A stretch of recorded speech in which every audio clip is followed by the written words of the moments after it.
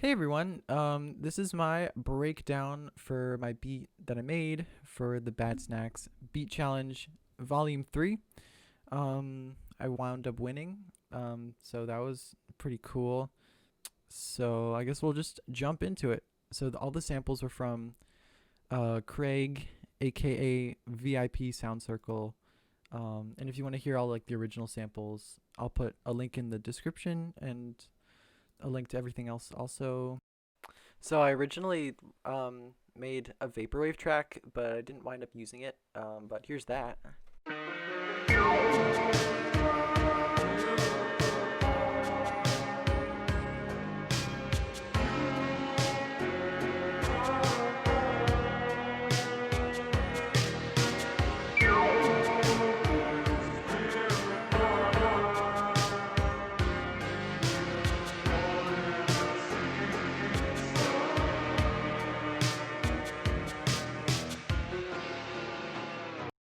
I flipped the anime sample thing and I sang over it and then I slowed it down, but I didn't wind up using that.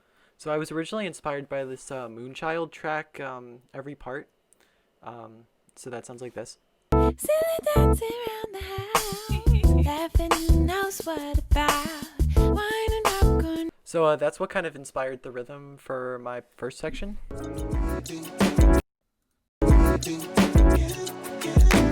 So the first thing I did was put the keys in Quick Sampler. You put it in Quick Sampler, you can't actually pitch any of the slices around, but you can map them to the keyboard.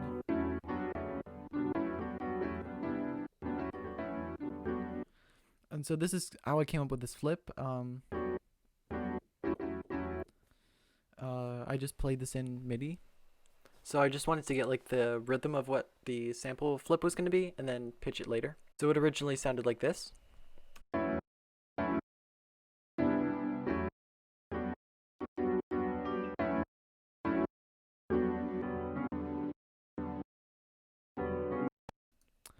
It wasn't exactly the chords I wanted to do. So I bounced it and then chopped it up where all the chords are, and you can see like the little -2 here. When you hit when you press Option and then like one of the up or down arrows, it'll transpose it semitones. So that's how I repitch them. So after I pitched it, it sounds like this.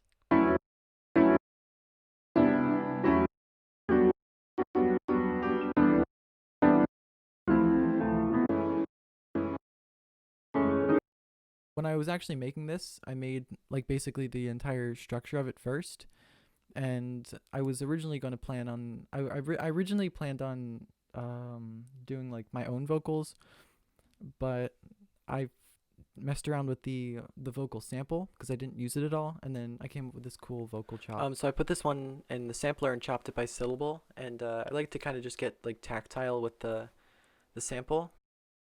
Baby, you've got me confused. Can't think it all what to say. So before pitching the sample around, it sounds like this. They think you can't get all. They think you can't get all. They think you can't get all. They think you can't get all.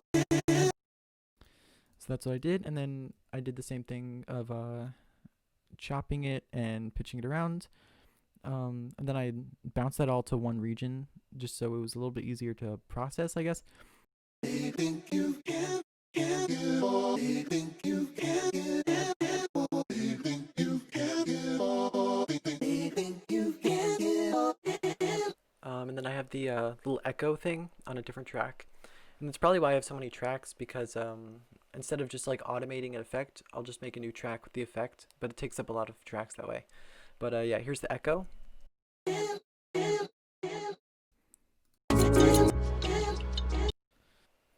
So for the pad, I just took one of the samples and matched it to my chords and put some sidechain. And without the sidechain, it sounds like this.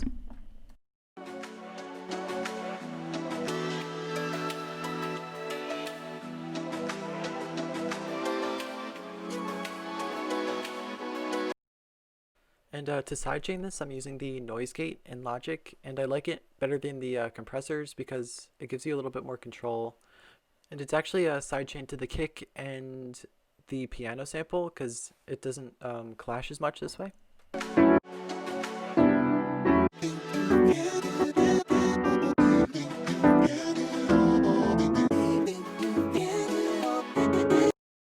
So I usually make a lot more instruments out of the sample, but this time there wasn't that many like individual notes, so I just made this one, and I put some reverb and this phase tripper, and dry it sounds like this.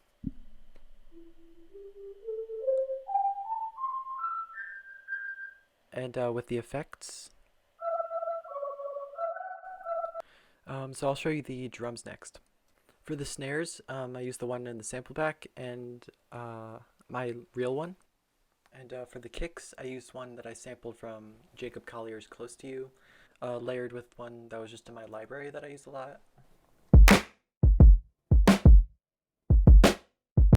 I also recorded some shakers. This next part, there's a few different layers to it. So the first one is a triangle.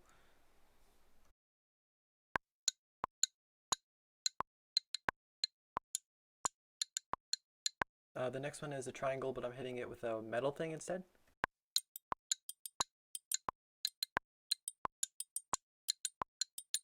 And then we got a jar. It's accenting like every 5th, 16th note.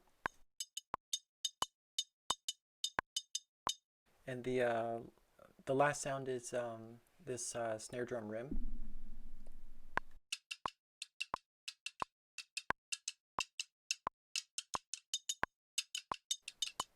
And then all together.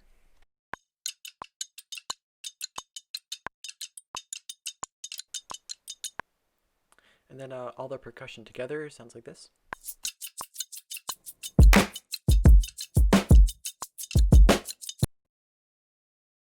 Yeah, that's like basically the whole A section. For the intro, I just took the chord and then instead of the regular kick pattern, I just put the kicks on all the chord hits.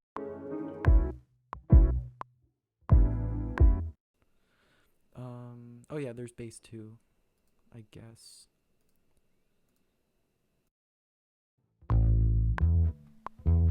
And here's the whole A section.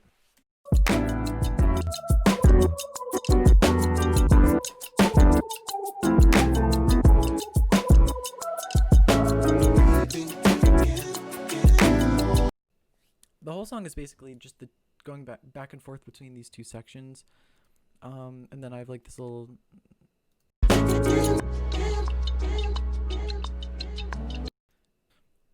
so I high passed some of the percussion and echoed the vocal sample. I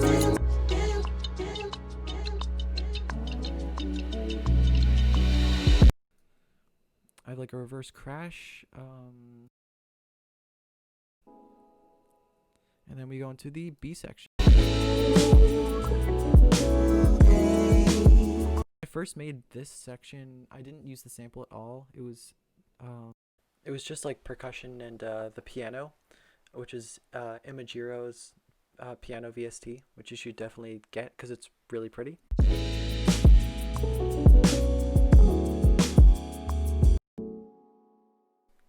And just the piano.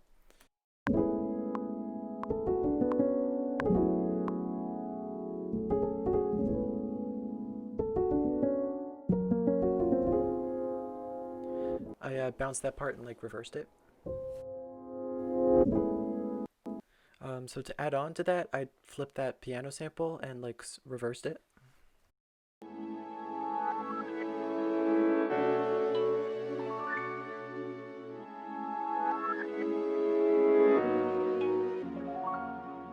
I basically chopped the vocals in the same way,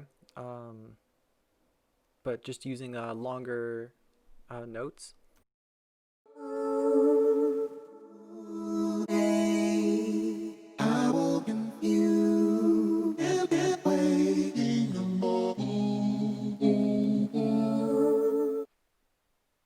So before I pitched all the notes around, it sounds like this.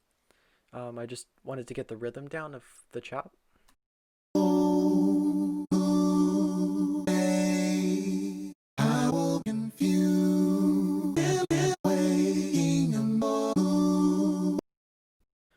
this ride cymbal is just one of Logic's stock kits. I think it's called Portland. But yeah, just a MIDI kit.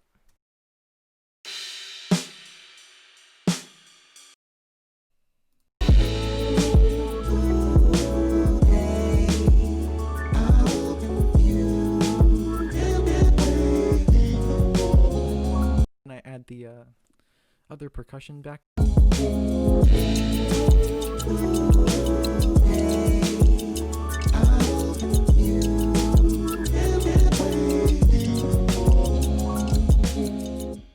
To transition back, I just filtered the ride cymbal, and then we're back in the A section.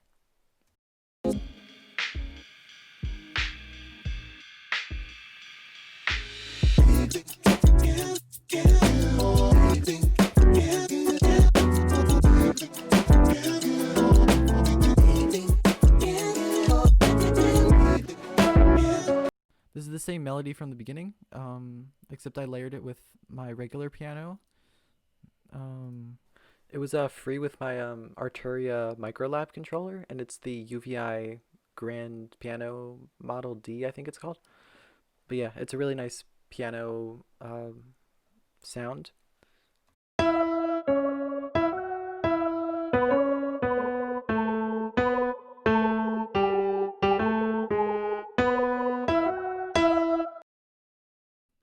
I'm noticing now I sidechained the vocal chop here, but not before. I don't know why.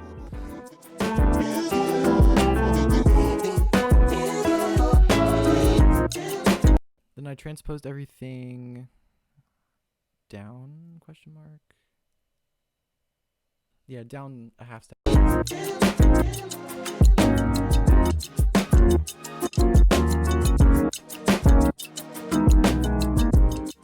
So for this part, I just wanted to do something a little different, but it's basically the same. Just added some hi-hats.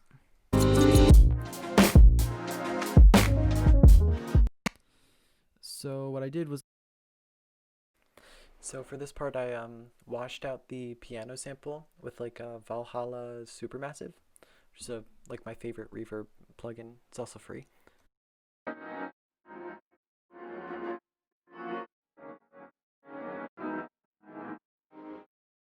And I played some hi-hats.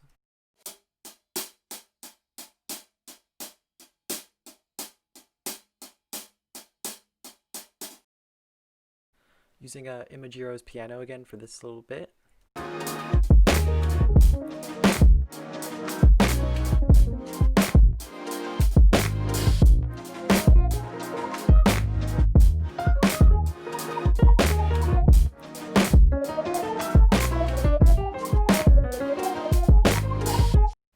For this little solo section, I basically just like improvised a little bit, but cleaned it up in the MIDI.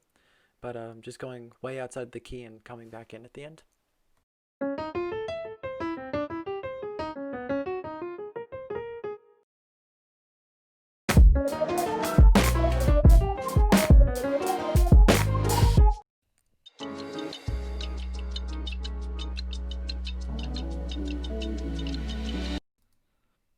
Yeah, high passed, low passed.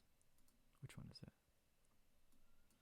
Anyway, I cut the high frequencies in RC20 and transitioning back to the B section.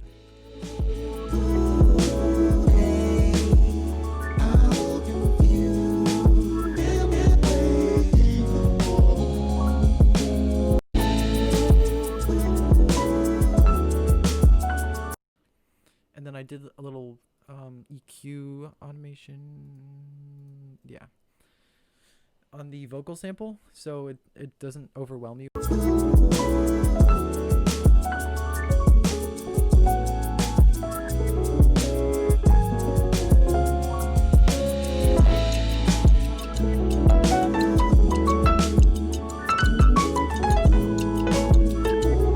Yeah, this is just like, I'll just like improvise a line and see if I like it, and then just do it over and over again until I get something I like, and then I'll just clean up the MIDI.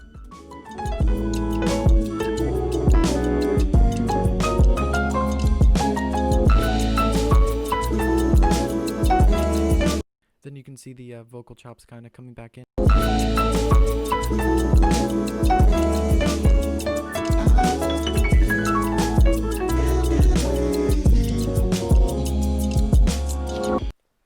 For my outro, I just did like the little filter thing.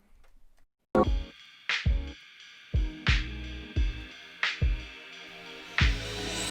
made this little swoosh sound with my mouth, like. There wasn't a lot of like crazy processing or anything. It was just like a lot of chopping samples and pitching things around. Yeah, I guess that's about it. If you have any questions, please leave me a comment. I'll play the whole thing in a second, and there's all the information's in the description. Yeah, thank you guys so much. Everyone is so nice. See you later. Skronk levels through the roof. Distance, thank you. All right, Jay Herlock with his own submission. Let's do it.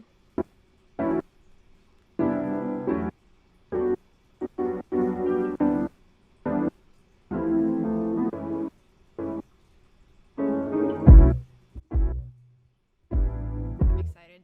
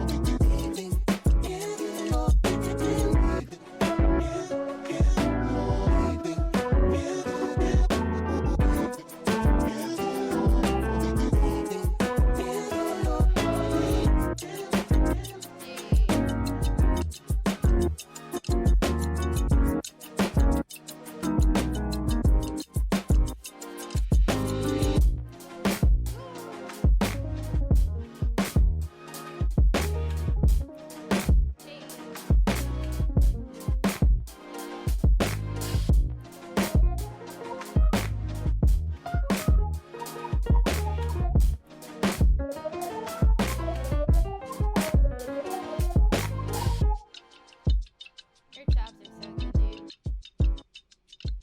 Yours is really tasty.